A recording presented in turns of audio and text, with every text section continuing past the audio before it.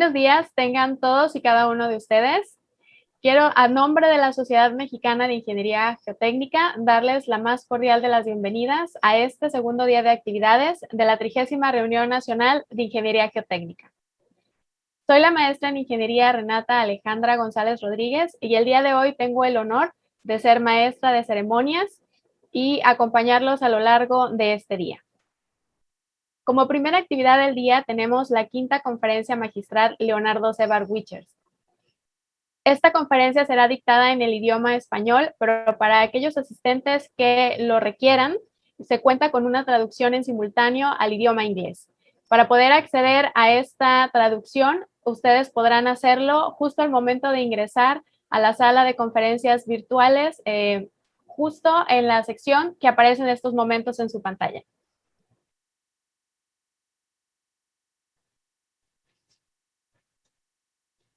A continuación, leeré una breve semblanza del doctor Leonardo Sebar. El doctor Leonardo Sebar, oriundo del estado de Veracruz, nació el 27 de noviembre de 1914 y falleció el 16 de febrero de 2010 en la Ciudad de México. Quienes lo conocieron lo describen como un hombre de carácter firme, independiente y con determinación. En 1939 obtuvo el título de ingeniero civil por la entonces Escuela Nacional de Ingenieros de la Universidad Nacional de México. En 1940 obtuvo el grado de maestría por el Instituto Tecnológico de Massachusetts, con una tesis de fotoelasticidad. En 1949 obtuvo el título de doctor en filosofía por la Universidad de Illinois, con la tesis Investigación de las propiedades mecánicas de la arcilla lacustre volcánica de la Ciudad de México. Querido miembro fundador de esta sociedad, en 1954, junto con otros destacados especialistas, funda la Sociedad Mexicana de Mecánica de Suelos, hoy Sociedad Mexicana de Ingeniería Geotécnica. Fue el primer presidente y permaneció en este cargo hasta 1968. Una importante aportación quedó plasmada en su tesis doctoral, en la que mostró inquietud por comprender el comportamiento de materiales tan compresibles como los sedimentos lacustres de la Ciudad de México, interés que culminó en el desarrollo del concepto de viscosidad intragranular para explicar y calcular el fenómeno de consolidación secundaria. El doctor Leonardo Sebar es orgullo de la ingeniería civil mexicana. Sin duda alguna, su obra más conocida es la Torre Latinoamericana, símbolo de la Ciudad de México, obra que realizó cuando tenía 36 años de edad. En ella, como en el resto de sus obras, aplicó toda su experiencia e investigación sobre el comportamiento de la arcilla de la Ciudad de México. Fue el primer profesor de suelos e ingeniería de cimentaciones en la Facultad de Ingeniería de la UNAM. Su trayectoria como docente la desempeñó de 1941 a 1974. Es autor de libros como Foundation Engineering for Difficult Subsoil Conditions, Interacción Suelo-Estructura de Cimentaciones y Sismogeodinámica de la Superficie del Suelo, en los que dejó plasmada su experiencia tanto profesional como de docencia. Ahora cedo la palabra al maestro en ingeniería Walter Paniagua Zavala, quien presentará a nuestro conferencista magistral. Muchas gracias, Renata. Buenos días a todos. Voy a tratar de hacer una breve semblanza del doctor Alberto Jaime Paredes. Y digo voy a tratar porque su vida profesional como investigador y como docente es muy amplia. Presentarlo para mí representa un conjunto de sentimientos. Por un lado me siento honrado y privilegiado por este honor y a la vez con el compromiso de reflejar la personalidad, talento e inteligencia de uno de los maestros que más han influido en mi vida profesional. Alberto Jaime Paredes nació en la Ciudad de México, donde cursó estudios de primaria a bachillerato. Posteriormente, ingresó a la Facultad de Ingeniería de la UNAM, donde recibió el título de ingeniero civil. En esa época, ingresó al Instituto de Ingeniería de la UNAM, primero como ayudante de investigador y después como investigador asociado. Realizó trabajos tendientes al diseño, manufactura y puesta en marcha de diferentes equipos de laboratorio para ensayos dinámicos de suelos, como aparato de corte simple cíclico bidireccional, cámara triaxial para especímenes de 30 centímetros de diámetro, aparato de corte simple cíclico. De su trabajo en esos tiempos, el ingeniero Enrique Santoyo, que en paz descanse, me confió una anécdota en la que el profesor Raúl J. Marsal estaba gratamente impresionado con el desempeño del joven Alberto Jaime, logrando llamar la atención del líder geotécnico del Instituto de Ingeniería mucho antes que lo hiciera el propio Enrique Santoyo. En 1973 realizó una estancia de verano en la Universidad de Harvard, donde trató al profesor Arthur Casagrande, que se muestra en la fotografía junto al doctor Jaime, y a su hermano Leo, y trabajó en su laboratorio colaborando también con Franklin Rendón. También en ese tiempo tomó cursos de posgrado en la Universidad de Purdue, con personalidades como los profesores Lennartz y Milton Hart. Cursó estudios de posgrado en la Facultad de Ingeniería de la UNAM, donde se graduó de la maestría. Además, trabajó en el Muestreo de Exploración del Lecho Marino para diseño geotécnico, la respuesta ante sismos de depósitos de suelos arenosos, bordos de tierra sobre arcillas muy blandas y la respuesta sísmica de depósitos de arcilla. Entre 1980 y 1984 fue gerente general de la empresa Geotecnología, donde continuó con la asesoría y ejecución de proyectos geotécnicos como diseño de cimentaciones de edificios, estudios de puentes y presas, estudio de susceptibilidad a la licuación y problemas de puertos. A finales de 1984, regresó al Instituto de Ingeniería, donde retomó las líneas de investigación antes mencionadas. Poco tiempo después, los sismos de septiembre de 85 motivaron que intensificara sus estudios del comportamiento dinámico de la arcilla de la Ciudad de México, que culminaron con la presentación de su tesis doctoral, que tuvo una aceptación unánime en el medio geotécnico por sus contribuciones en las mediciones de las propiedades de las arcillas, tanto en laboratorio como en campo, además del comportamiento de cimentaciones. A raíz de la problemática observada durante los sismos, amplió su campo de actividades al estudio de pilotes de fricción, para lo cual realizó pruebas de carga estática y cíclica en pilotes a escala natural en el extinto Centro Urbano Presidente Juárez, con los que se clarificó el comportamiento de estos eventos en eventos sísmicos. Complementó esta investigación posteriormente construyendo un consolidómetro gigante y realizando pruebas de carga en pilotes a escala. Una fracción de esta investigación derivó en el factor de resistencia por perforación previa, que a la fecha se usa en las normas técnicas complementarias para el diseño y construcción de cimentaciones del Distrito Federal. En 1988 es nombrado investigador titular en el Instituto de Ingeniería. Fue investigador nacional nivel 1 durante 5 años e investigador nacional nivel 2 otros 5. Su interés en el desarrollo de equipos de laboratorio continuó y lo llevó a desarrollar varias innovaciones, como un equipo triaxial cíclico controlado por computadora y un consolidómetro con medición de presión de poro.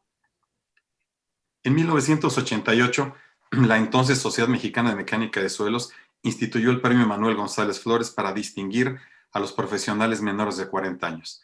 Alberto Jaime Paredes fue merecidamente el primer receptor de dicho premio en la modalidad de investigación, que se entregó durante la Reunión Nacional de Mecánica de Suelos celebrada en Monterrey, Nuevo León.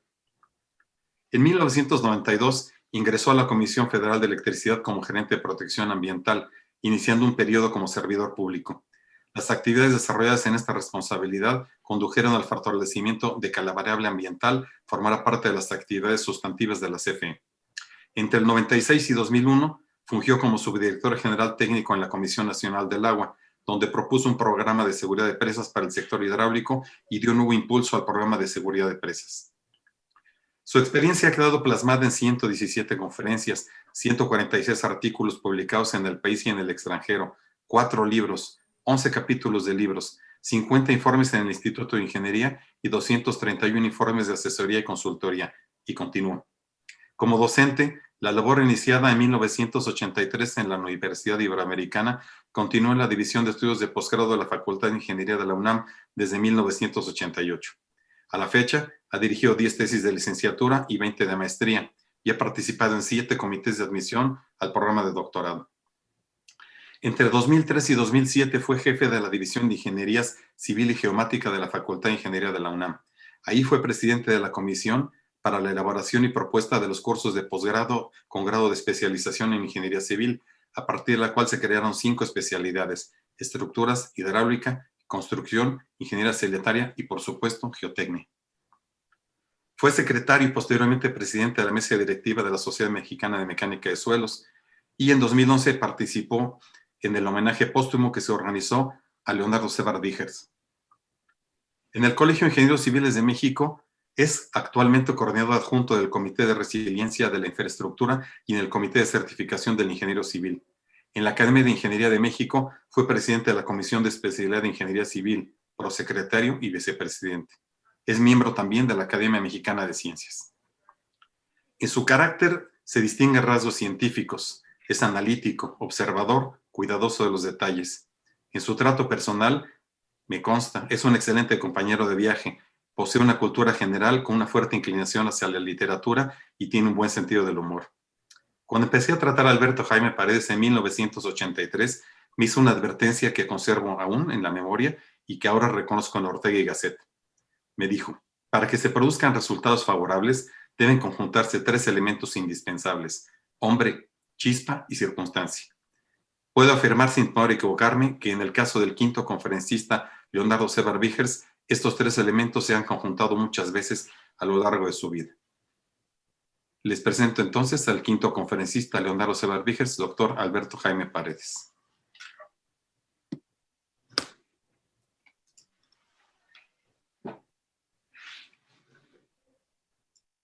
Muchas gracias, Walter. Voy a compartir pantalla. Realmente se nota nuestra amistad de muchos años, Walter, muy amable.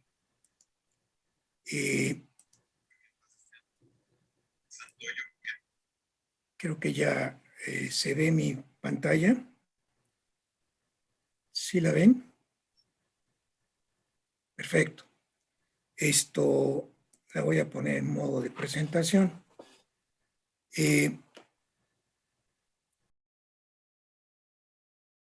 Me estoy tratando de poner, ya esto.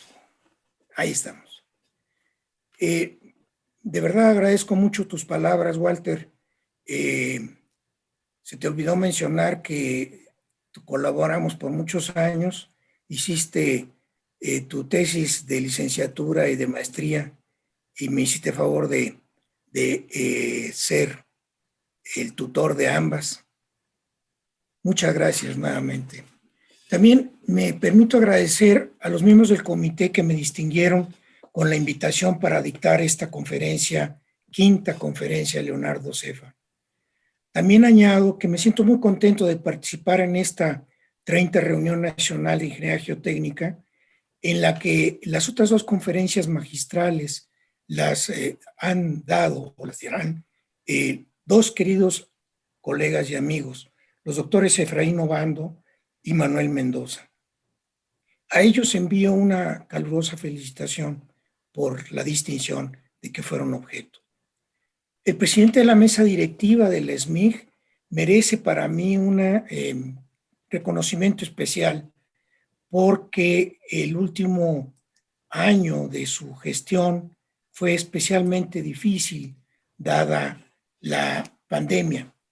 Y esto hizo muy complicado el manejar la Sociedad Mexicana de Mecánica de Suelos. Va también un reconocimiento a los otros miembros de esta mesa, un sentido y ruidoso aplauso virtual para ellos. El comité organizador de la 30 RENIG, encabezado por el doctor Ricardo Ortiz Hermosillo, ha hecho una gran tarea, inédita para la sociedad, una reunión nacional virtual cuya organización y puesta en marcha va saliendo muy bien. Gracias. Tuve la oportunidad de tomar los dos cursos de cimentaciones que impartía el doctor Leonardo Sevar en la entonces DEPFI UNAM. Ahí lo conocí. Después pude tratarlo como colega y amigo por varios años. Recuerdo que desde la primera clase me provocó. Cada una era un reto intelectual. Había que estudiar en su libro el tema tratado, plantear la física del problema, como él decía, y aplicar el conocimiento para resolver un ejemplo de la práctica de la ingeniería. Gracias, doctor Sevar. Para mí es un gran privilegio honrar su memoria al dictar esta quinta conferencia que lleva su nombre. El tema que escogí es un tema que he estado trabajando hace ya algunos años. Es un tema que es controvertido, se habla mucho de él y se dan opiniones a veces sin fundamento. Por eso quise mencionar la relación entre la ingeniería, la geotecnia y la resiliencia de la infraestructura. Por ello, pues vamos a empezar haciendo una definición o un conjunto de estas para el tema particular de la resiliencia de la infraestructura. Hablaremos de sus dimensiones técnica, social, organizacional y económica y cómo éstas contribuyen de manera muy importante en las fases de prevención, respuesta y recuperación de la infraestructura ante eventos extremos. También mencionaremos lo que se ha dado en llamar la resiliencia interna, que es la propia de una infraestructura o de una obra de ingeniería. Y la resiliencia externa, que es propia del entorno en que se encuentra la infraestructura y su interacción. Aquí por infraestructura estamos pensando en todas aquellas obras como, por ejemplo, los sistemas de distribución y transmisión de energía eléctrica, la infraestructura de refinación de Pemex, la infraestructura de conductos, etcétera. Y también incluimos, por ejemplo, un edificio, una vivienda y también una ciudad. Los eventos extremos, ¿qué significa? ¿Qué es un evento extremo y cómo los podríamos clasificar? También haremos una comparativa entre los análisis de riesgo que empleamos en ingeniería y el análisis de resiliencia. Hablaremos también de la evaluación de la resiliencia y finalmente platicaremos sobre el análisis de riesgo y confiabilidad en geotecnia y daremos algunas conclusiones. ¿Qué es la resiliencia de la infraestructura? En ingeniería de materiales se le define a resiliencia como el trabajo termodinámico requerido para provocar una deformación elástica en un sólido. En psicología, estos especialistas mencionan que es la capacidad de un individuo para afrontar y recuperarse de experiencias traumáticas. Es decir, y en general podemos afirmar que el término se emplea como la capacidad de un sistema, red u obra o persona para recuperar su estado inicial después de ser afectado por un evento perturbador. Se desarrolló el concepto de resiliencia con base en lo que entendemos por incertidumbre, confiabilidad y riesgo, que se inició a hablar de esto en la década de 1960 del siglo pasado. Tanto en ingeniería civil como en seguros, en economía, ecología y otras profesiones. También una parte importante de este concepto y de la visión que de él se tiene, viene de las experiencias en el manejo de desastres por eventos extremos naturales o antrópicos que han ocurrido en el mundo. Así pues, la resiliencia de la infraestructura engloba muchas disciplinas y engloba muchos enfoques. La resiliencia de la infraestructura la definió Timmerman en 1981, ya hace prácticamente 40 años, como la capacidad de comunidades humanas para soportar eventos perturbadores contra su infraestructura y recuperarse de dichos eventos. A mí me gusta mucho esta definición porque hace resaltar dos elementos muy, muy importantes. Primero, es un atributo, la resiliencia, es un atributo de la comunidad, no de la estructura o la infraestructura. O sea, un edificio no sabe que es resiliente, en pocas palabras. Una ciudad no sabe que es resiliente. Lo sabe la comunidad, lo goza la comunidad, lo disfruta y lo pone en marcha. Pero para tener resiliencia también se requieren recursos y una organización para anticipar, asegurar una pronta, eficiente y efectiva recuperación. La resiliencia de la infraestructura también ayuda en estas otras definiciones u otras frases que nos permiten ayudar a concebir lo que es la infraestructura en nuestro mundo. De acuerdo con el Departamento de Seguridad Interior de los Estados Unidos, resiliencia de la infraestructura es la capacidad de reducir la magnitud y duración de los efectos de fenómenos perturbadores. La eficiencia de una infraestructura, sistema o empresa resiliente, como vemos en la lámina, depende de la capacidad de anticipar, absorber, adaptarse y recuperarse rápidamente de un fenómeno potencialmente perturbador. Y sin duda es responsabilidad de la comunidad, dueño, operador, usuarios y autoridades que esto ocurra de esta manera.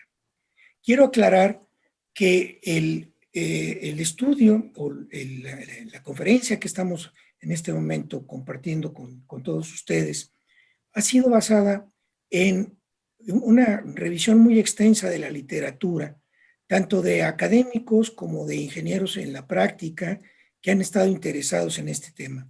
Pero también se ha tomado muy en cuenta aquellas opiniones que han formado políticas públicas de países como Canadá, Estados Unidos, Inglaterra, la Unión Europea, Japón y otros, incluyendo Australia, desde luego, y Nueva Zelanda.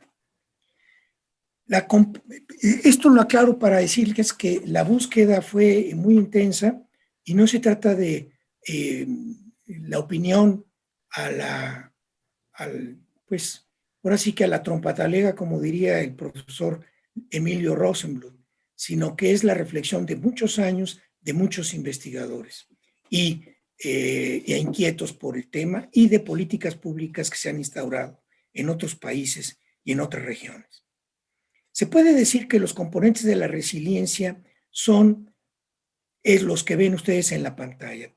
Consta de 4 dimensiones y 4 elementos, los cuales combinados adecuadamente producen 3 resultados. Las dimensiones son técnica, en donde los ingenieros y los ingenieros geotecnistas en particular tenemos mucho que decir, pero también hay una parte organizacional, social y económica, en la cual también tenemos cosas y podemos actuar de manera muy intensa para participar en esto de la resiliencia de la infraestructura. Los elementos que la componen son resistencia, confiabilidad, redundancia y respuesta y recuperación, y estos elementos deben ir distribuidos en cada una de las dimensiones. O sea, la técnica tiene que tener resistencia, confiabilidad, redundancia y respuesta y recuperación. La organizacional, la social y la económica de igual manera. Combinados, como decía hace un momento, adecuadamente nos producen 3 resultados. Más confiabilidad de la infraestructura, una rápida recuperación en caso de un evento extremo y un menor número de consecuencias. Ahí ven ustedes de una manera gráfica lo que significa resiliencia en términos de sus dimensiones: técnica, organizacional, social, que incluye política, y económica. En la parte técnica, lo que podemos decir en pocas palabras es que el análisis, diseño y construcción debe minimizar la posibilidad de una falla catastrófica.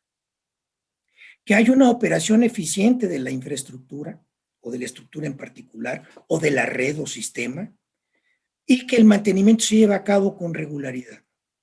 Y además, que haya un monitoreo de puntos o zonas críticas del sistema de que se trate.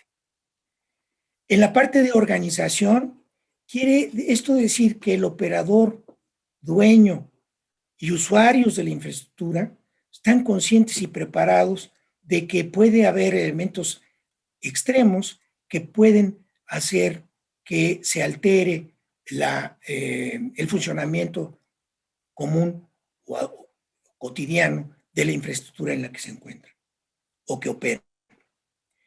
También dentro de la organización es hablar de una operación eficiente. Se habla también de que se observa el comportamiento de la infraestructura y además también se hacen simulacros para poder tener una visión muy clara, muy cercana de lo que debe hacerse en caso de un evento, cualquiera que este sea. Después los vamos a mencionar y haremos una distinción de cada uno de ellos. También que se cuenta con procedimientos y manuales para saber qué hacer en un momento determinado. La parte social y política, esto implica que existe protección civil, que hay cuerpos de ayuda, que hay voluntarios, y esto no solamente se refiere a nivel de las autoridades, se refiere a nivel de la institución o del sistema del que estamos hablando. Muchos de ustedes viven en condominios y son ustedes condóminos. Yo les pregunto si han hecho alguna vez algún ensayo de protección civil dentro de su condominio para enfrentar un incendio o un sismo. Si hay un cuerpo de voluntarios dentro de su edificio, ustedes que son usuarios del mismo, en donde puedan ellos orientar qué hacer durante una emergencia. Por ejemplo, cuando suena la alarma aquí en el caso de la Ciudad de México, la alarma sísmica. Y si hay ya puestos caminos o rutas de evacuación. La social y política, pues, también implica que esto sí es una parte muy importante de las autoridades, pero también es muy importante desde el punto de vista del ingeniero, del dueño de la obra y del que va a ser el responsable de la misma. Que esta infraestructura esté de acuerdo con reglamentos y normas dentro de la parte de su diseño y construcción y desde luego operación y puesta en fuera de servicio. Pero también hay otros reglamentos y normas que corresponden a la autoridad para saber qué hacer en caso de un problema mayor. La comunidad debe estar consciente de los riesgos de su ciudad y región. Debe haber una comunicación con y entre los usuarios de la infraestructura y la comunidad. También debe haber equipos de soporte, equipos de auxilio, de manera muy importante y destacada, ambulancias, hospitales, sistemas de alerta, albergues, para poder dar refugio, en su caso, a damnificados. Dentro de la parte económica es muy importante tener fondos para prevención, para previsión de estas emergencias. Que este fondo económico sirve justamente para preparar al usuario y al dueño para enfrentar un evento extraordinario. También debe haber un fondo económico para enfrentar emergencias y un fondo para reparar y o sustituir la parte dañada de la ciudad, del sistema, del edificio. Y les vuelvo a preguntar a ustedes como condóminos o dueños de una casa en particular, les pregunto, ¿ustedes como condóminos tienen asegurado su edificio? Esto es una pregunta importante que nos debemos de hacer. Es cada vez más importante en todos los niveles poder asegurar la propiedad en la que vivimos. ¿Por qué? Pues por muchísimas razones, pero una de ellas es para poder enfrentar de manera más adecuada un evento extremo. La resiliencia tiene estos elementos: resistencia, confiabilidad, redundancia, respuesta y recuperación. En ellos tenemos nosotros mucho que hablar y que decir, sobre todo en la parte de técnica. Primero, la resistencia debe proporcionar protección. Debemos de saber cumplir con reglamentos y normas de diseño e ir más allá de ellos en caso necesario para aquellos que nos dedicamos a esto. Prevenir daños a través de métodos de análisis y diseño y capacidad para resistir el impacto primario de la amenaza, estimación de la vulnerabilidad de la estructura. En años recientes se habla incluso de que la infraestructura debe ser capaz de seguir funcionando en frente de un evento extremo. La confiabilidad es que el diseño de la estructura, infraestructura, red o sistema debe permitir que opere en un intervalo o condiciones de eventos distintos a los cuales fue diseñado. Calidad de la construcción o del sistema, mitigación del daño o pérdida, manejo del deterioro a un nivel tolerable para que pueda restablecerse las condiciones previas al evento. Esto es el concepto de confiabilidad. Y redundancia es que el diseño tenga capacidad, y el sistema, por supuesto, para no colapsar o tener varias líneas de defensa que impidan la falla catastrófica. Capacidad, por ejemplo, en el caso de caminos o rutas, calles, viaductos, capacidad de cambiar o dirigir las rutas de abastecimiento de energía, carreteras o acueductos, o en el caso de un desastre sísmico como en las ciudades, como las que ya hemos sufrido en la Ciudad de México, que haya vías para llegar a los hospitales. Las medidas de redundancia deben ayudar a recuperar, pues, la eficiencia del servicio proporcionado por la estructura. La respuesta y recuperación comprende acciones de planeación, preparación y ejercicios de prevención. En su caso, esto tiene mucho que ver con protección civil y con la cultura de protección civil. Restaurar los servicios rápido y las medidas de recuperación deben ayudar a mejorar la respuesta de la infraestructura al tomar en cuenta lo ocurrido. O sea, tenemos que observar qué pasó, cómo pasó, qué daños le produjo a nuestra infraestructura tal evento para poder aprender de eso y aplicarlo en lo siguiente. La resiliencia de la infraestructura, como comentábamos al principio, se divide en resiliencia interna y resiliencia externa. La resiliencia interna se refiere a aquella propia de la infraestructura, red o sistema. También tiene que cumplir con las dimensiones técnica, organizacional, social y económica. Ahí en la diapositiva pueden ustedes observar algunas de las ideas más claras y acciones que comprenden cada una de estas dimensiones. Es técnica, pues que el diseño y la construcción sean confiables, que haya una operación y mantenimiento adecuados, que tenga un sistema de monitoreo, que tenga equipos, alarmas y sistemas de respuesta ante emergencias. La organizacional, pues que haya procedimientos y manuales para manejo de crisis, un compromiso del dueño y operador, y también que haya una preparación del encargado del manejo de las emergencias y una preparación del personal de operación. En lo social, pues debe haber una comunicación eficiente con y entre los usuarios, conciencia y preparación del operador, usuarios y comunidad, y que haya brigadas de orientación y auxilio. En la parte económica, que los fondos económicos debe haber fondos económicos para la prevención, atención de emergencias y reparaciones y seguros. De igual manera, vamos a ver que las líneas de acción de cada una de las dimensiones, esto es producto de una investigación en donde se hicieron una serie de seminarios y consultas para ver cuáles de estas líneas de acción de cada una de las dimensiones de la resiliencia interna tenían mayor importancia durante la prevención, la respuesta o la recuperación. El número 10 significa la mayor importancia. El número cercano a 1 es de menor importancia. Como ven en la parte técnica, los ingenieros tenemos, por supuesto, muchísimo que decir, porque tenemos el deber de hacer un diseño y construcción confiables. También debemos ver que el mantenimiento y los sistemas de monitoreo existan en nuestras infraestructura y vean cómo en la respuesta los equipos, alarmas y sistemas de respuesta ante las emergencias son de la mayor importancia.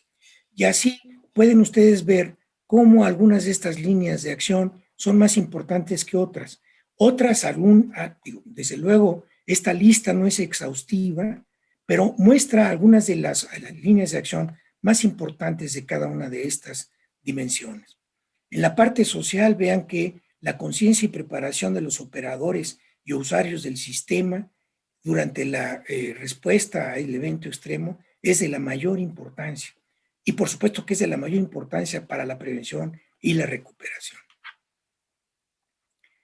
La resiliencia externa es prácticamente lo mismo, pero con los aspectos correspondientes a las autoridades. Se refiere al entorno, a la ciudad, al Estado, al país. Sus dimensiones son las mismas: técnica, organizacional, social, política y económica.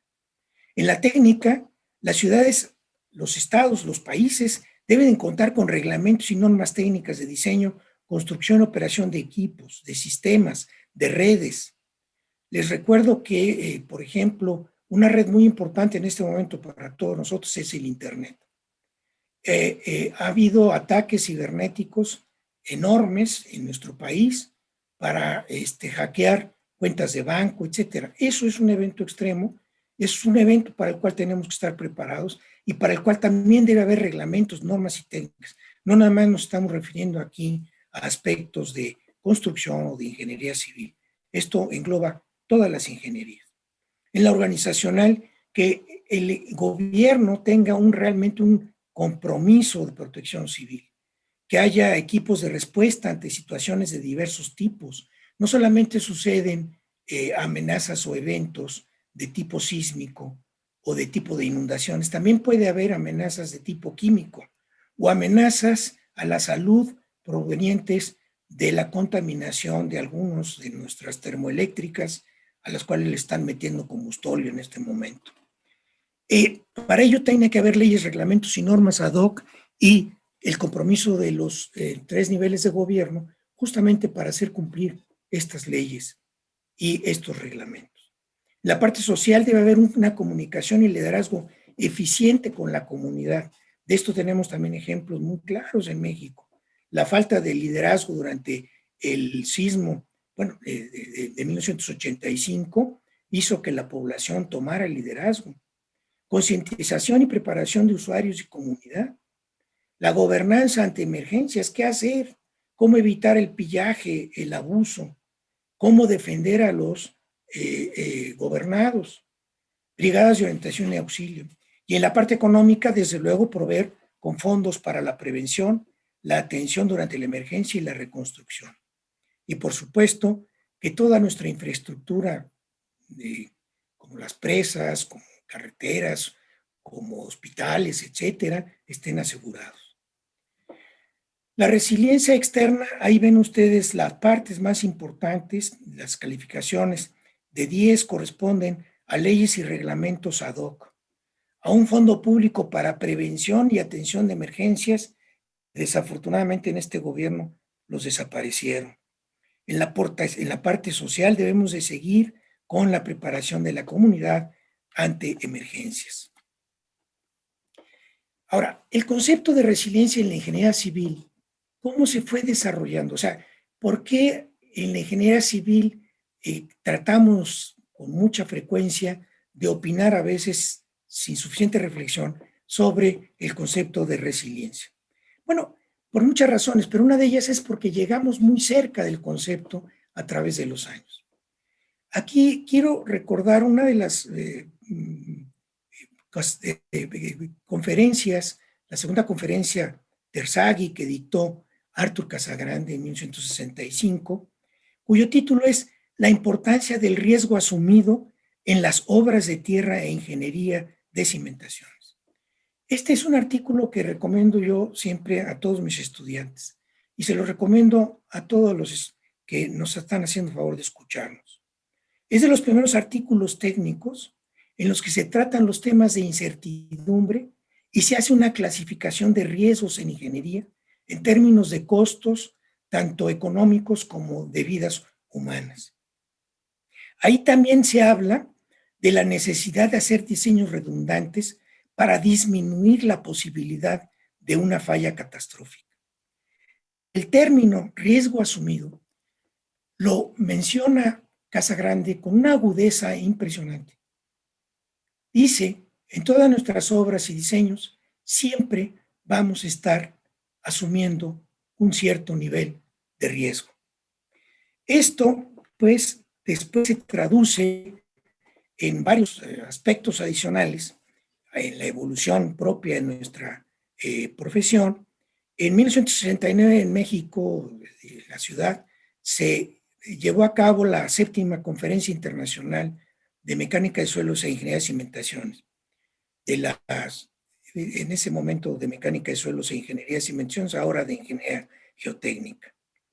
Esta sesión la presidió Meyerhoff y en ella hubo una discusión muy amplia sobre el uso de la probabilidad de la mecánica de suelos y emplear teorías de estadística y de toma de decisiones. Además, habla de que debemos considerar como variables aleatorias tanto las cargas o acciones actuantes sobre las estructuras, la estratigrafía y los parámetros del suelo. Ya para la década de 1970 del siglo pasado, se habla de manera natural de incertidumbre en la estimación de las acciones en las estructuras y de su comportamiento. También ya se escucha la probabilidad de falla y confiabilidad, así como la distinción entre falla frágil y dúctil, con objeto, esta última, de evitar el colapso. Se distingue además la falla catastrófica de la falla de servicio. Estos términos evolucionan en estados límites de falla y de servicio, en la jerga de estructuras, sísmica y de geotecnia principalmente. Entre 1980 y 90 se empieza a hablar de diseño basado en confiabilidad. Se sigue trabajando en este siglo, muchos autores hay sobre el asunto, y en ingeniería estructural el concepto evoluciona a diseño por desempeño y hoy al diseño resiliente. Dentro de esta evolución, hace ya algunos años, la Asociación Internacional de Ingeniería Civil sobre Riesgo y Confiabilidad, SERRA por sus términos en inglés, se formó para promover justamente la educación, la investigación y la incorporación de los análisis de confiabilidad y riesgo a la práctica, y así decía el documento fundador, de la ingeniería estructural y de la mecánica de suelos. Esta asociación organiza cada 4 años, fundamentalmente eso es lo que se dedica, a organizar cada 4 años la conferencia ICASP. La primera tuvo lugar en Hong Kong, en China, en 1971. La sexta en México en 1991 y la tercera, la decimotercera en Seúl, Corea, en 2019. La ICASP ahora incluye a todas las disciplinas de la ingeniería civil, pues era natural que se vertiera todo este conocimiento también en las otras ramas de la ingeniería civil.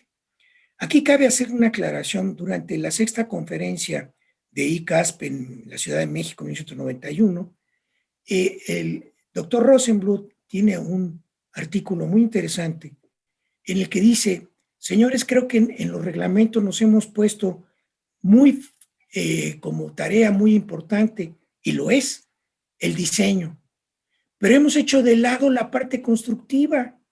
A pesar de que el reglamento sí dice, el reglamento de construcciones para el Distrito Federal, no hay temas, o muy poquititos, llamadas sobre cómo construir y qué aspectos de la construcción cuidar. Esto me llamó mucho la atención y lo traigo a la palestra en esta conferencia, porque es muy importante no solamente el diseño, sino también la construcción y la operación finalmente. En esta misma línea, la ahora Sociedad Internacional de Mecánica de Suelos e Ingeniería Geotécnica estableció desde 1999 el Comité TC32, que hoy es el 304, que se llama Manejo y Estimación del Riesgo en la Práctica de la Ingeniería. Promueve la geoestadística y caracterización probabilística de los sitios, cuantificación de las incertidumbres para la predicción del desempeño, diseño basado en desempeño, análisis de riesgo, gestión de riesgo en proyectos y códigos de diseño geotécnico. Y estoy hablando de la Sociedad Internacional de Mecánica de Suelos e Ingeniería Geotécnica. Además, el concepto de resiliencia en la ingeniería civil se fue terminando de moldear por la atención de los gobiernos a los desastres naturales y antrópicos, lo cual dio origen a la protección civil y al manejo de desastres causados por fenómenos perturbadores. Pero hay que aclarar que las aseguradoras, casas de bolsa y la banca generaron metodologías contra eventos para evitar catástrofes de tipo financiero y caídas de las bolsas de valores. También, por su parte, la industria química, las empresas de energía eléctrica y las petroleras implementaron métodos para enfrentar desastres propios de su actividad y aquellos también que podían ser infligidos por fenómenos naturales. Es así que se fueron acuñando los conceptos de confiabilidad, amenaza, peligro, vulnerabilidad, riesgo y resiliencia. Es así que llegamos, pues, a este escenario. Ya tiene, pues, un desarrollo de varias décadas. Pero ahora, hemos hablado mucho de los eventos extremos. ¿Cuáles son los eventos extremos? Las amenazas naturales o antrópicas pueden ser predecibles, súbitas, silenciosas, no previstas, en cadena, pueden ser provocadas por errores humanos y por actos terroristas. Pero también hay amenazas o conjuntos de ellas que no pueden ser identificadas de antemano. Y han ocurrido fallas catastróficas por eventos imposibles de ocurrir. Se decía, esto no puede ocurrir, no es posible que ocurra. Y al analizarlas, estas fallas, se encuentran razones y patrones generales. También es común que sistemas de apoyo fallen, no se les dio mantenimiento, o que las estructuras de contención y almacenamiento se desbordan y nadie lo nota. Los datos de monitoreo, esto es bien importante, no se analizan en tiempo y forma. Se toman, pero ni se analizan ni se pasan a la correspondiente toma de decisiones. También hay muchas señales de mal comportamiento ignoradas. Hay instrumentación sin calibrar que da mediciones erróneas o que de plano ya ni está funcionando. Y hay falta de comunicación, y esto es muy importante, con los tomadores de decisiones. Todas estas partes conforman lo que son los eventos extremos. Aquí hacemos una clasificación de los mismos en predecibles. Son aquellas tormentas, avenidas y huracanes que los podemos detectar con datos de estaciones climatológicas, hidrológicas, radares y con interpretación de imágenes satelitales. Podemos dar aviso con días de anticipación para tomar las medidas conducentes y adecuadas. Las tormentas y avenidas, además, con series históricas de datos, podemos estimar su probabilidad anual de ocurrencia y la intensidad de la misma, es decir, su peligrosidad. Los eventos extremos súbitos más connotados son los sismos. No se sabe cuándo ocurrirán. Con las series de datos históricos se determinan las fuentes de origen y la magnitud de los mismos, cómo pueden afectar un sitio, su periodo de retorno, incluso su espectro de sitio. Pero no sabemos cuándo ocurrirán. Los silenciosos son aquellos efectos acumulados que se perciben demasiado tarde. No hay método para identificar o estimar su intensidad ni su probabilidad de ocurrencia. Hay manifestaciones, ¿cierto? En la Ciudad de México, la sobreexplotación del acuífero ha provocado un aumento regional y agrietamientos del suelo. Otro evento extremo silencioso es el envejecimiento de sistemas, redes y estructuras. Y en calles y carreteras, el incremento paulatino, pero seguidito, de cargas y repeticiones, es decir, volumen de tráfico. También hay errores humanos, mantenimiento inadecuado y control de calidad deficiente. Errores cometidos por el personal no pueden ser estimados en intensidad y frecuencia. Por ejemplo, la falla de una instalación por inadecuado manejo, desconocimiento de la operación, falta de mantenimiento. También hay eventos en cadena, hay un evento iniciador. Un ejemplo típico que se menciona en prácticamente todos los libros de un evento en cadena es lo que ocurrió en Fukushima, Japón. Este desastre nuclear en el que los reactores se fundieron después de un sismo, seguido de un tsunami y seguido de todo lo demás, las cadenas que ocurrieron dentro de la propia planta, que llevaron a un desastre impresionante. Vientos y lluvias, un huracán también tiran líneas de transmisión y distribución de electricidad, pero esto también impacta las comunicaciones. Entonces, hay eventos que inician y que se puede desatar una cadena de los mismos que puede hacerlo mucho más grave. Actos terroristas y perturbaciones socioorganizativas, por supuesto que estas son imposibles de detectar ni de poner su peligrosidad o estimar su intensidad y tipo de daños a la infraestructura. Ni siquiera podemos decir a qué infraestructura van a llegar. En ello también se incluyen los ataques cibernéticos, como los que mencionaba ya, a bancos del país, a Pemex, y también los robos de datos de diversas plataformas digitales como Facebook, Yahoo, etc. Bien, ¿qué es el análisis de resiliencia entonces y qué es el análisis de riesgo? Primero, los sistemas, obras y proyectos ingenieriles son producto de la mente del ingeniero, así como lo es su diseño, construcción o implementación. Pero además son operados y administrados por el ser humano para dar servicio a la sociedad. Todos estos factores son importantes en el análisis de resiliencia. No es importante solo la estructura, solo los fierros, digamos. Todo lo demás forma parte del concepto de resiliencia. La visión dominante en ingeniería es el análisis de riesgo, el cual incluye la estimación probabilista de daños y el manejo del mismo. En el análisis de riesgo es imprescindible, sin duda, la identificación de las posibles amenazas y su peligrosidad. Pero tenemos que varios tipos de infraestructura interactuando o redes complejas son imposibles de identificar sus amenazas. Se conocen hasta que ocurren.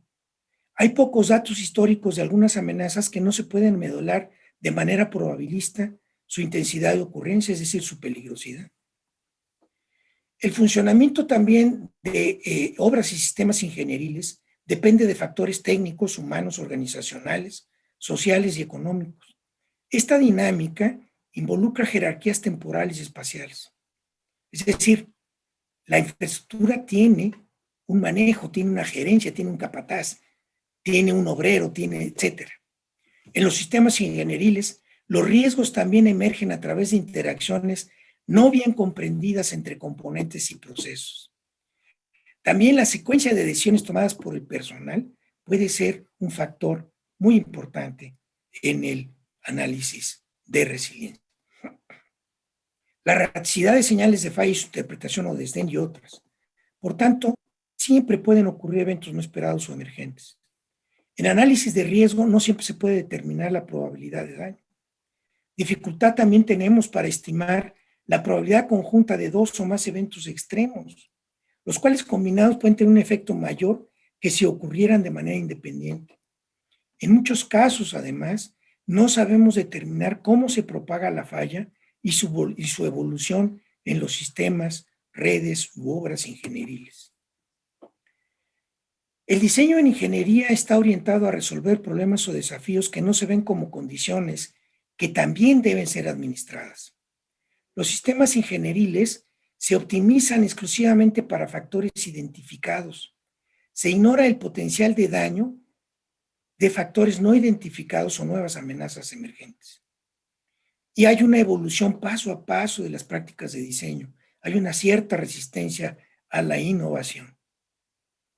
El análisis de resiliencia, por su parte, requiere una atención continua, requiere monitoreo, requiere reconocer que el análisis es incompleto y separarse también, en su momento y de manera inteligente, de prácticas de diseño y operación tradicionales. En resumen, el análisis de resiliencia requiere prepararse para lo inesperado y situaciones cambiantes. El análisis de riesgo parte de la premisa que los eventos perturbadores son identificables. El análisis de resiliencia es distinto y complementario al de riesgo. Su aplicación conjunta permitirá diseños y construcciones con mejores estándares de operación y seguridad. ¿Qué es el análisis? ¿En qué se basa el análisis de resiliencia? Se basa en 4 puntos y un quinto que se añade, que es la detección y advertencia. Identificar cualquier tipo de desviación del comportamiento del sistema o infraestructura o del medio que lo rodea. Y con una atención especial se ha visto que muchos de los problemas surgen de incidentes que por poco ocurren. Anticipación es el proceso por el cual se incorpora el resultado de la detección. Acuérdense, el monitoreo para predecir las posibles crisis y tomar las medidas de emergencia que sean necesarias.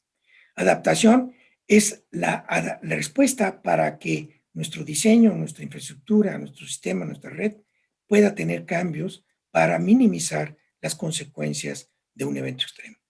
Y aprendizaje es, por supuesto, incorporar el nuevo conocimiento a las estructuras o sistemas existentes o a las nuevas. Y una parte muy importante es que los modos de falla sean controlados, anticipados e incorporados en el diseño. Un ejemplo de esto típicamente es el diseño de los automóviles modernos, que tienen diferentes resistencias para tratar de que un golpe o una volcadura sea absorbida por esas partes metálicas que pueden deformarse más rápidamente e impedir que lleguen a herir o a dañar a los ocupantes del vehículo. Aquí tenemos en una línea de tiempo, la línea negra oscura, más intensa, que vemos cómo está el funcionamiento normal. En ese tiempo hay que anticipar y prepararse, hay que monitorear. Durante el evento hay que resistir, absorber y mitigar. O sea, la infraestructura debe ser capaz de absorber y mitigar el golpe para poder dar respuesta como comunidad y recuperar rápidamente la función de tal sistema o infraestructura. Pero esa incorporación al funcionamiento normal debe incluir las partes del aprendizaje que se tuvo por el evento. ¿Cómo se evalúa la resiliencia? Se evalúa con indicadores que cubren todas las dimensiones antes, durante y después de un evento. Se incluye al entorno, o sea, la resiliencia externa. Se puede recurrir al método de la matriz de expertos y además también mediante una lista de preguntas podemos hacer la evaluación de las dimensiones técnica, organizacional, social y económica de la obra o sistema. De manera similar, se procede a evaluar cada una de las dimensiones de la resiliencia del entorno, o sea, de la resiliencia externa. Con cuestionarios dirigidos a instalaciones específicas, se pueden hacer entrevistas a directivos, administrativos, etcétera, y con los responsables de la resiliencia externa, con las autoridades, las cabezas de los servicios de emergencia. Así pues, la evaluación de la resiliencia incluye estos 4 puntos muy importantes: preparación, medidas de mitigación, capacidades de respuesta, mecanismos de recuperación.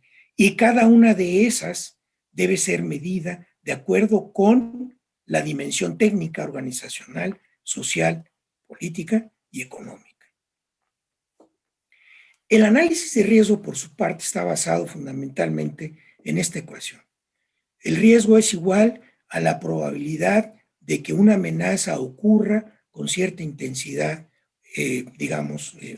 con una frecuencia de un año. La vulnerabilidad es, dada dicha amenaza, si puede ocurrir una falla en el sistema y en dónde fallaría el sistema. Y cuál sería esa probabilidad condicional de falla dado el evento que ocurrió. Las consecuencias es evaluar los costos de esa falla. Aquí, como ven, pues la ecuación es muy tentadora. En ingeniería sísmica, suponiendo un proceso estocástico de Poisson, la probabilidad de ocurrencia P se puede estimar de acuerdo con esa expresión que ven ustedes ahí. Y en ingeniería hidráulica también lo podemos expresar de acuerdo con la expresión que se ve ahí, son similares. Para un periodo de retorno, por ejemplo, de 500 años, la probabilidad de ocurrencia anual de ese sismo de tal intensidad sería de 2 al 1000 por año. En el caso de ingeniería hidráulica, un evento para de un periodo de retorno de 100 años, pues podría ocurrir una vez en 100 por año. En ambos casos, las magnitudes y los periodos de retorno se calculan con datos históricos. Nada más que ahí en el trasfondo de esta lámina se ven las trayectorias de huracanes y tormentas que han afectado el territorio nacional. Desde 1850 en el caso del Atlántico y desde 1950 en el caso del Pacífico. Definir las trayectorias pues es misión imposible. Se puede estudiar o decir que puede, que va a llegar, que puede ser, pero no sabemos exactamente en dónde va a incidir el huracán. Finalmente, la ecuación de riesgo se puede presentar en forma tabular, en forma gráfica, como la que se presenta, que esta corresponde al criterio de aceptación de riesgo de la norma mexicana de seguridad de presas para estimar el riesgo. Ahí se hizo el ejercicio de una presa y se vio que la misma tenía una pérdida de vidas equivalente a 2.5 veces por 10 a la menos 8 habitantes por año. Bueno, está dentro del rango aceptable, pues sí. Este nivel de aceptable o no aceptable, pues debe de ser aceptado o debe ser impuesto o colocado por la comunidad. Aquí tienen ustedes un ejemplo. Estamos celebrando, no celebrando, estamos cumpliendo 42 años, del sismo de la Ibero de marzo de 1979. Ustedes ven a la izquierda una panorámica de la Universidad de los Edificios a las 6:30 de la mañana y ya no es panorámica, es una vista de cerca de los edificios a las 6:45 am. Fíjense que aquí nos equivocamos de pe a pa en la estimación de los costos, por ejemplo, de la ecuación de riesgo. Pues aquí los costos en términos de vidas humanas fueron prácticamente aceptables. A pesar de que fue una catástrofe, no fue una tragedia nacional. De acuerdo con lo que se dijo, solamente murió un vigilante. Si este sismo hubiera ocurrido a las 7:15 de la mañana o 7:30, nos hubiéramos equivocado por 2 o 3 órdenes de magnitud en cuanto a los costos en número de vidas. Es decir, se estima que hubieran muerto más de 500, entre 500 y 1000 estudiantes y muchos más heridos. Entonces, este es un ejemplo, pues, de la dificultad que tenemos aún en la ingeniería civil, a pesar de que tengamos una ecuación que es muy importante, que es un marco de referencia que debemos emplear, pues los costos y el análisis de costos es difícil de estimar. Entonces, dadas las dificultades para determinar la probabilidad de ocurrencia de una amenaza y más aún la probabilidad condicional de que dicha amenaza produzca una falla, se han propuesto otros métodos que complementan el análisis de riesgo, que son la matriz de expertos, árbol de eventos, árbol de fallas y curvas de fragilidad. Existen otros métodos adicionales que se listan y se comentan en la parte del escrito. Los métodos alternativos de análisis de riesgo son que un grupo de, por ejemplo, la matriz de expertos, un grupo de expertos en el diseño, análisis y evaluación de las amenazas y respuesta de un sistema a los eventos que puede enfrentar. Este conjunto de expertos, con base en su experiencia, estiman la probabilidad de ocurrencia de amenazas, vulnerabilidades futuras y estiman costos de daños. El árbol de eventos se implementó para la evaluación del riesgo de presas y plantas nucleares. Es una descripción gráfica de todos los posibles eventos subsecuentes que siguen a un evento inicial. Este es muy utilizado en la práctica, es bastante bueno. El árbol de fallas igualmente, cuando las causas que pueden llevar a una falla son complejas, podemos construir el árbol de fallas. Finalmente, la curva de fragilidad es la presentación probabilística de, en función de un nivel de carga aplicado, de pues, si puede o no fallar un cierto sistema. Es la difunción de distribución acumulada de la probabilidad de alcanzar o exceder pues, un estado de daño límite específico. Este es un ejemplo de un árbol de eventos que se inicia con la revisión de la estabilidad de la cortina de la presa. Entonces, la primera pregunta que se hace, ¿el nivel de aguas está en el NAME o está en el NAMO o está en el LAMINO? Y así se empieza a analizar cada uno de los aspectos que influyen en la estabilidad de la presa, dado esos niveles de agua en el vaso. En el análisis de riesgo también podemos emplear el árbol de fallas, por ejemplo. ¿Puede haber desbordamiento? Pues sí, la avenida puede desbordar la presa, ok, hay desbordamiento. Entonces la pregunta es, bueno, ¿y la lámina sobre la corona de qué altura va a ser? Pues de 10 centímetros o menos. Pues si es de 10 centímetros o menos, es muy probable que no haya ningún problema. Pero si la lámina sobre la corona supera esos 10 centímetros, y así empezamos nosotros a distinguir cuáles son los aspectos que pueden influir en la falla y podemos llegar a hacer una estimación probabilista de los daños. La curva de fragilidad es un ejemplo de la misma. Se puede trabajar de muchas formas, hay muchas metodologías para crearlas, pero insisto, nuevamente también tiene las limitaciones de los cálculos probabilistas. Total que el análisis de riesgo con fiabilidad en geotecnia son el diseño tradicional en geotecnia, ahora concretándonos a parte de nuestra profesión, se basa en factores de seguridad, cuyos valores han sido dictados por la experiencia acumulada a través de muchos años. Se dice en general que la probabilidad de falla empleando los factores de seguridad comunes en mecánica de suelos, que la probabilidad de falla es de 1 en 10,000. En fin, eso se dice y se menciona en varios artículos y libros. El análisis de confiabilidad, por su parte, se basa en el modelo demanda, o sea, cargas, y capacidad, o sea, la resistencia. El comportamiento no deseable es aquel en el cual la probabilidad de que la demanda exceda, es la probabilidad de que la demanda exceda la capacidad. El análisis de confiabilidad permite tomar en cuenta, para fines de diseño, la incertidumbre en la estratigrafía y los parámetros del suelo y de las cargas a las que se ve sometido. Sin embargo, el problema fundamental del análisis de riesgo y confiabilidad en geotecnia es poder determinar las funciones de densidad de probabilidad de la capacidad de la demanda. Suponiendo que las pudiéramos identificar, la probabilidad de falla sería una medida del traslape entre las dos funciones de densidad de probabilidad, como se ve en la ecuación que está ahí escrita. Ante la dificultad, pues, de definir con precisión las funciones de densidad de probabilidad, se han propuesto el índice de confiabilidad, es un índice que también fue muy trabajado en ingeniería estructural y sísmica, y ahí se ve cómo es la esperanza matemática de la capacidad menos la esperanza matemática de la demanda entre la raíz cuadrada de la resta de sus varianzas. Otra forma de expresarlo que es la misma, pero considerando que hay una distribución normal y que podemos definir un factor de seguridad, entonces se puede expresar como se ve en la ecuación de la derecha. Para calcular el índice de confiabilidad se requiere contar con lo siguiente. Uno, definir el criterio del estado límite de fallo de servicio. Es decir, supongan ustedes cualquiera de las ecuaciones de capacidad de carga para una cimentación, supongan ustedes una zapata aislada.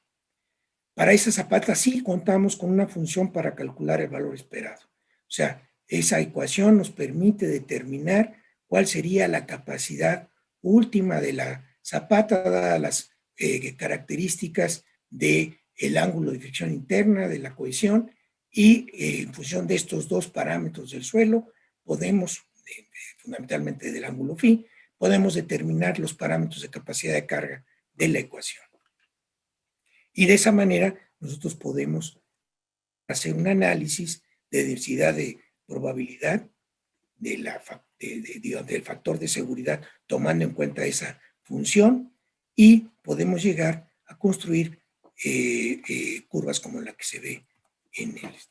Para ello tenemos métodos alternativos como son el método de Monte Carlo, que realiza evaluaciones de la función de rendimiento de la que hablábamos hace un momento, y podemos con ella construir, a partir de una serie de muchos datos y de repeticiones, podemos construir una función de densidad de probabilidad.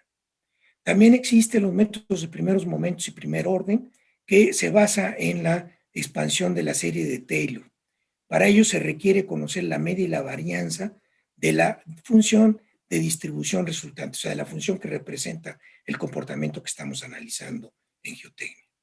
Y también existe el método de la regla de 3 sigma, que cuando no tenemos mucha más información que algunos datos, pues podemos considerar que, por ejemplo, en una distribución normal, prácticamente el 99% o más de los valores se encuentran comprendidos en el área que está ubicada entre menos 3 desviaciones estándares de la media y más 3 desviaciones estándares del valor medio.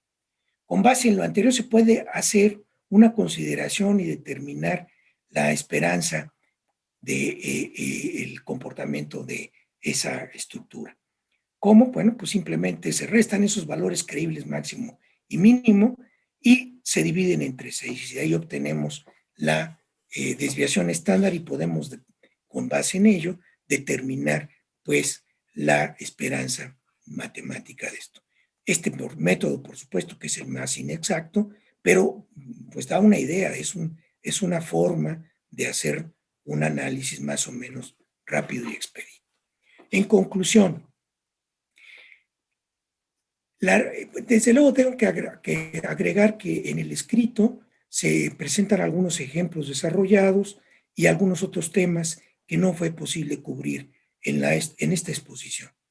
Se habla de cuáles son los tipos de infraestructura, qué elementos se recomienda tomar en cuenta para mejorar la resiliencia de la infraestructura en el país, y también se hace un recuento del estado en el que se encuentra la resiliencia en general, la resiliencia de la infraestructura en nuestro país, en México. También se mencionan cosas muy importantes que para mí no puedo dejar de hacerlo ahora, como el programa de seguridad de presas que se tiene establecido en Conagua ya desde hace muchos años, que por cierto, yo no lo formé, yo le di un nuevo impulso cuando fui su director técnico, pero se debe a agentes como el profesor Marsal, como otros ingenieros muy notables, Benazzini también estaba muy interesado en eso, y algunos otros más recientes, Y bueno, un programa que ha seguido cultivando y promoviendo también el ingeniero Rodrigo Murillo, que es un distinguido miembro también de nuestra sociedad. También hemos estado impulsando un programa similar de seguridad de puentes.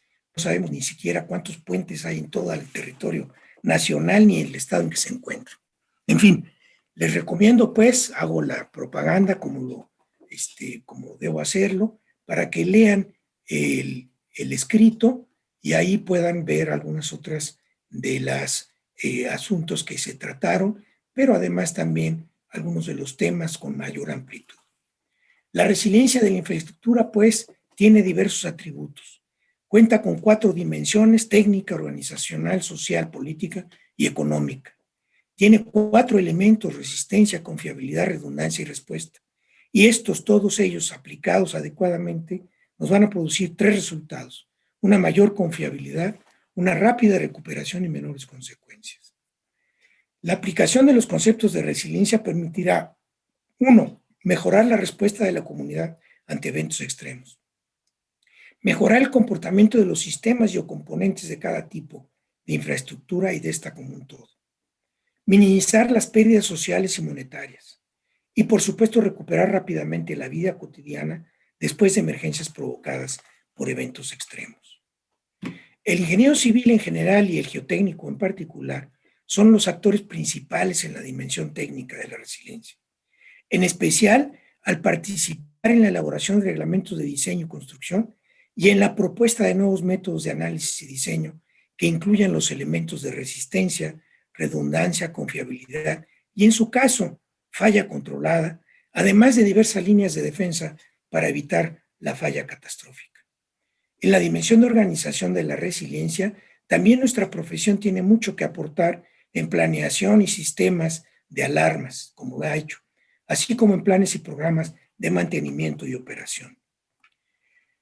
Quiero mostrar en estas conclusiones algo y agradecerlo, pues ha quedado demostrado en México en las varias intervenciones que hemos tenido que hacer los ingenieros en las etapas de respuesta a varias emergencias, señaladamente el sismo del 57, los sismos del 85 y los más recientes de septiembre de 2017, que fueron 2, no 1, ha ayudado a sortearlas, superarlas con mayor rapidez y seguridad. Además, los levantamientos de daños han permitido extraer lecciones que se han aplicado ya en las revisiones del reglamento de construcciones, se aplicaron inmediatamente después del 85, se aplicaron también después del 57 y hoy en las normas técnicas complementarias también se han reflejado. Estas experiencias, este aprendizaje, lo hemos también vertido en la revisión de manuales. Por mi parte, es lo que quería yo compartir con ustedes sobre la resiliencia de la infraestructura. Les agradezco su paciencia y su atención. Muchas gracias.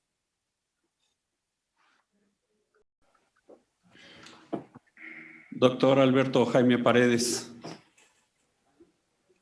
La Sociedad Mexicana de Ingeniería Geotécnica le agradece mucho su participación como conferenciante de la 5ª conferencia Leonardo Sebart Vickers. Agradece también sus palabras de bienvenida y en particular le agradezco su reconocimiento. Sin embargo, este equipo, bueno, más bien este trabajo es elaborado por un equipo que está constituido por los maestros de ceremonias, nuestros presidentes de mesas técnicas y, por supuesto, todo el equipo de producción que se encuentra en la casa sede. A todos ellos yo en particular les agradezco. Y a usted. Me uno a su agradecimiento, Ricardo. Muchas gracias, doctor Alberto Jaime. Muchos recuerdos bastante agradables en el Instituto de Ingeniería. Como fue uno de mis tutores de mi examen para obtener el grado de doctor. Le agradezco mucho todo su aprendizaje que ha compartido conmigo y agradezco también todo lo que nos ha compartido en esta conferencia. Muchas gracias, Ricardo, muy amable. Bueno, voy a proceder a leer el reconocimiento. Permítanos un momento que aparezca en pantalla.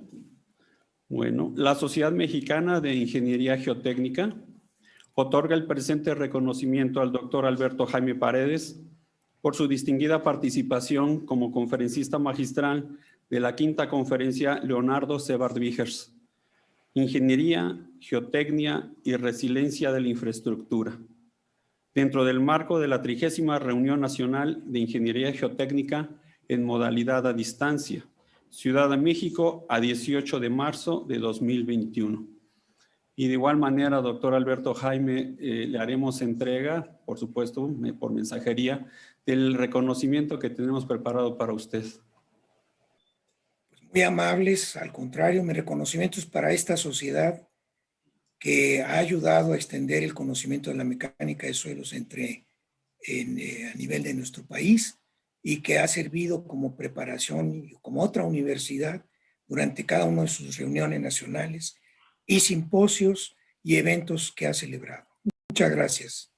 Muy amable, ingeniero. Doctor. Vamos entonces nuevamente con la maestra Renata para que continúe con el evento. Muchas gracias a todos. Muchas gracias.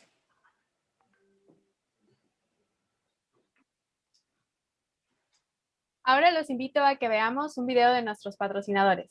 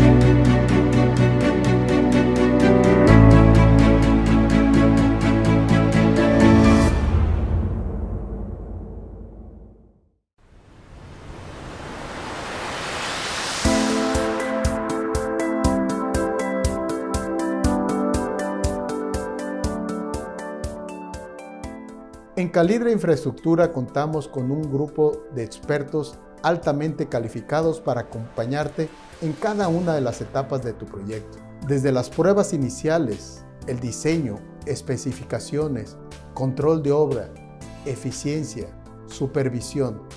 Estamos contigo para apoyarte. Al determinar la demanda mínima de cal mediante la prueba del pH, es posible satisfacer por completo las reacciones del suelo y así eliminar su comportamiento arcilloso. La estabilización con óxido de calcio mejora la calidad de los materiales del sitio, abatiendo su plasticidad y aumentando su capacidad de carga, lo que nos permite reducir espesores de las capas de pavimento. La estabilización nos permite reducir el efecto de la fatiga, aumentando así la durabilidad de la estructura de pavimento. Replicar en obra los valores obtenidos en laboratorio es fundamental.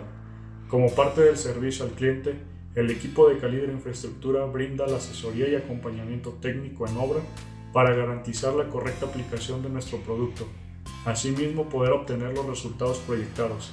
En Calibre Infraestructura nos especializamos en el tratamiento de suelos para que puedas aprovechar los materiales del lugar, sacando su mayor rendimiento posible y sus mejores propiedades mecánicas, para ser utilizado en obras de infraestructura vial, parques industriales y vivienda. En Calidra apoyamos en la obra pública para la integración de proyectos en la que la utilización de la cal es de suma importancia. Nosotros ayudamos a optimizar los recursos en las diferentes obras de infraestructura. Nuestras soluciones son a largo plazo y amigables con el medio ambiente, apegados a un actuar siempre ético, con eficiencia y sobre todo con mucha sensibilidad para brindar la mejor atención a nuestros clientes. Si bien para tomar la decisión de estabilizar un suelo, primero debemos de asegurarnos de conseguir buenas propiedades físicas y mecánicas, no hay que dejar a un lado el tema económico. Un material estabilizado, la mayoría de las veces presenta ahorros cuando lo comparamos con métodos tradicionales. Esto se logra al reducir drásticamente la carga, acarreo y compra del material, así como las regalías de los depósitos del material sobrante. En la construcción y reconstrucción de caminos, el tratamiento con Estabilical ha demostrado ser un poderoso aliado. Aprovechamos los materiales existentes, potencializamos sus propiedades alargando la vida útil de los mismos y a un mejor costo que las soluciones tradicionales. Para infraestructura hidráulica, Estabilical genera suelos impermeables y resistentes a los ciclos de humedecimiento y secado. El hidróxido de calcio de alta pureza es considerado como un filler activo en mezclas asfálticas, ya que debido a las interacciones químicas que tiene con el agregado pétreo y el asfalto, incrementa la resistencia a la deformación plástica, mejora la adherencia y retrasa la velocidad de envejecimiento del asfalto, alargando así su tiempo de vida útil. También incrementa la cohesión y la resistencia al daño por humedad de las bases recuperadas con asfalto espumado. Contamos con carbonato de calcio pulverizado de alta pureza que nos ayuda a ajustar las curvas granulométricas de mezclas asfálticas tipo SMA, discontinuas, open grade, gap grade y otros tipos de tratamientos superficiales. Nuestros servicios incluyen asesoría en las áreas de geotecnia, diseño de pavimento y especificaciones de construcción para asegurar la calidad de tu proyecto. Al lograr la estabilización, consigues seguridad en tu proyecto. Hagamos proyectos más rentables, aprovechando al máximo los suelos del lugar. En Calibre Infraestructura somos aliados de tus proyectos. Conocemos y entendemos los suelos, comprendemos tus necesidades. En Calidra estamos preparados para hacer un gran equipo contigo y lograr que sea todo un éxito tu proyecto.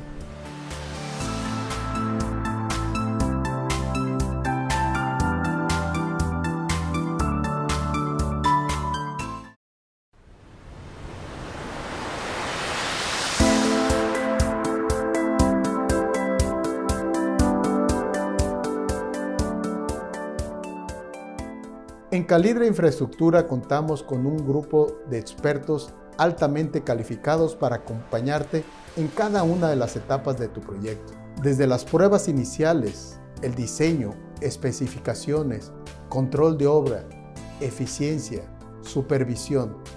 Estamos contigo para apoyarte. Al determinar la demanda mínima de cal mediante la prueba del pH, es posible satisfacer por completo las reacciones del suelo y así eliminar su comportamiento arcilloso. La estabilización con óxido de calcio mejora la calidad de los materiales del sitio, abatiendo su plasticidad y aumentando su capacidad de carga, lo que nos permite reducir espesores de las capas de pavimento. La estabilización nos permite reducir el efecto de la fatiga, aumentando así la durabilidad de la estructura de pavimento. Replicar en obra los valores obtenidos en laboratorio es fundamental. Como parte del servicio al cliente, el equipo de Calidra Infraestructura brinda la asesoría y acompañamiento técnico en obra para garantizar la correcta aplicación de nuestro producto. Asimismo, poder obtener los resultados proyectados. En Calidra Infraestructura nos especializamos en el tratamiento de suelos para que puedas aprovechar los materiales del lugar, sacando su mayor rendimiento posible y sus mejores propiedades mecánicas, para ser utilizado en obras de infraestructura vial, parques industriales y vivienda. En Calidra apoyamos en la obra pública para la integración de proyectos en la que la utilización de la cal es de suma importancia. Nosotros ayudamos a optimizar los recursos en las diferentes obras de infraestructura. Nuestras soluciones son a largo plazo y amigables con el medio ambiente, apegados a un actuar siempre ético, con eficiencia y sobre todo con mucha sensibilidad para brindar la mejor atención a nuestros clientes. Si bien para tomar la decisión de estabilizar un suelo, primero debemos de asegurarnos de conseguir buenas propiedades físicas y mecánicas, no hay que dejar a un lado el tema económico. Un material estabilizado, la mayoría de las veces presenta ahorros cuando lo comparamos con métodos tradicionales. Esto se logra al reducir drásticamente la carga, acarreo y compra del material, así como las regalías de los depósitos del material sobrante. En la construcción y reconstrucción de caminos, el tratamiento con Estabilical ha demostrado ser un poderoso aliado. Aprovechamos los materiales existentes, potencializamos sus propiedades alargando la vida útil de los mismos y a un mejor costo que las soluciones tradicionales. Para infraestructura hidráulica, Estabilical genera suelos impermeables y resistentes a los ciclos de humedecimiento y secado. El hidróxido de calcio de alta pureza es considerado como un filler activo en mezclas asfálticas, ya que debido a las interacciones químicas que tiene con el agregado pétreo y el asfalto, incrementa la resistencia a la deformación plástica, mejora la adherencia y retrasa la velocidad de envejecimiento del asfalto, alargando así su tiempo de vida útil. También incrementa la cohesión y la resistencia al daño por humedad de las bases recuperadas con asfalto espumado.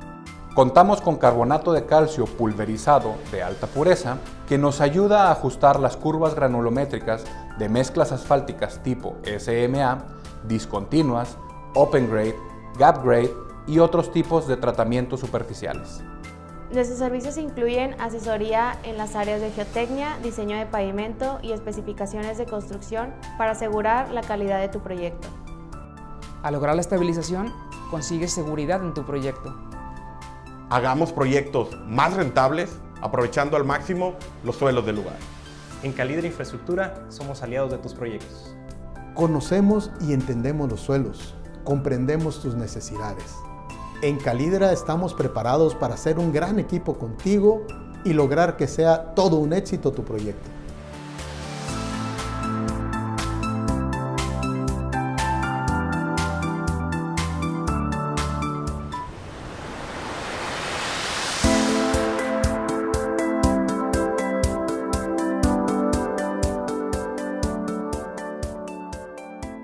En Calidra Infraestructura contamos con un grupo de expertos altamente calificados para acompañarte en cada una de las etapas de tu proyecto. Desde las pruebas iniciales, el diseño, especificaciones, control de obra, eficiencia, supervisión. Estamos contigo para apoyarte. Al determinar la demanda mínima de cal mediante la prueba del pH, es posible satisfacer por completo las reacciones del suelo y así eliminar su comportamiento arcilloso. La estabilización con óxido de calcio mejora la calidad de los materiales del sitio, abatiendo su plasticidad y aumentando su capacidad de carga, lo que nos permite reducir espesores de las capas de pavimento. La estabilización nos permite reducir el efecto de la fatiga, aumentando así la durabilidad de la estructura de pavimento. Replicar en obra los valores obtenidos en laboratorio es fundamental. Como parte del servicio al cliente, el equipo de Calidra Infraestructura brinda la asesoría y acompañamiento técnico en obra para garantizar la correcta aplicación de nuestro producto. Asimismo, poder obtener los resultados proyectados. En Calidra Infraestructura nos especializamos en el tratamiento de suelos para que puedas aprovechar los materiales del lugar, sacando su mayor rendimiento posible y sus mejores propiedades mecánicas, para ser utilizado en obras de infraestructura vial, parques industriales y vivienda. En Calidra apoyamos en la obra pública para la integración de proyectos en la que la utilización de la cal es de suma importancia. Nosotros ayudamos a optimizar los recursos en las diferentes obras de infraestructura. Nuestras soluciones son a largo plazo y amigables con el medio ambiente, apegados a un actuar siempre ético, con eficiencia y sobre todo con mucha sensibilidad para brindar la mejor atención a nuestros clientes. Si bien, para tomar la decisión de estabilizar un suelo, primero debemos de asegurarnos de conseguir buenas propiedades físicas y mecánicas, no hay que dejar a un lado el tema económico. Un material estabilizado, la mayoría de las veces presenta ahorros cuando lo comparamos con métodos tradicionales. Esto se logra al reducir drásticamente la carga, acarreo y compra del material, así como las regalías de los depósitos del material sobrante. En la construcción y reconstrucción de caminos, el tratamiento con Estabilical ha demostrado ser un poderoso aliado. Aprovechamos los materiales existentes, potencializamos sus propiedades alargando la vida útil de los mismos y a un mejor costo que las soluciones tradicionales. Para infraestructura hidráulica, Estabilical genera suelos impermeables y resistentes a los ciclos de humedecimiento y secado.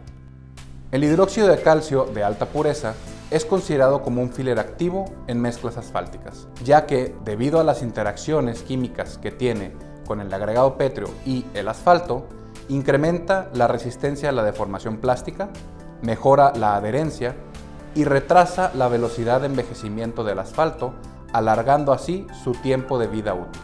También incrementa la cohesión y la resistencia al daño por humedad de las bases recuperadas con asfalto espumado. Contamos con carbonato de calcio pulverizado de alta pureza que nos ayuda a ajustar las curvas granulométricas de mezclas asfálticas tipo SMA, discontinuas, open grade, gap grade y otros tipos de tratamientos superficiales.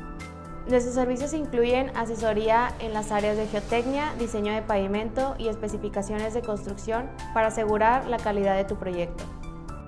Al lograr la estabilización, consigues seguridad en tu proyecto. Hagamos proyectos más rentables, aprovechando al máximo los suelos del lugar.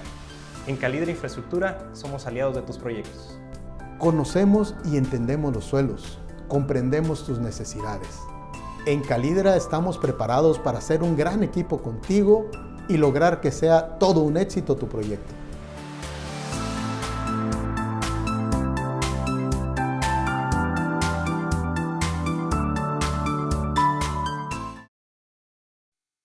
Quiero agradecer la participación de nuestros patrocinadores, ya que sin ellos este evento no sería posible. Ahora es momento de pasar a las diferentes mesas técnicas de trabajo del día de hoy, y esto lo podrán hacer desde la plataforma del evento, yendo precisamente a la sección que en estos momentos se muestra en pantalla.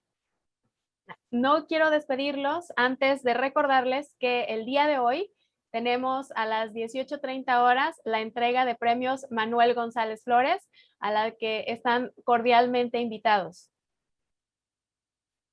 Muchas gracias.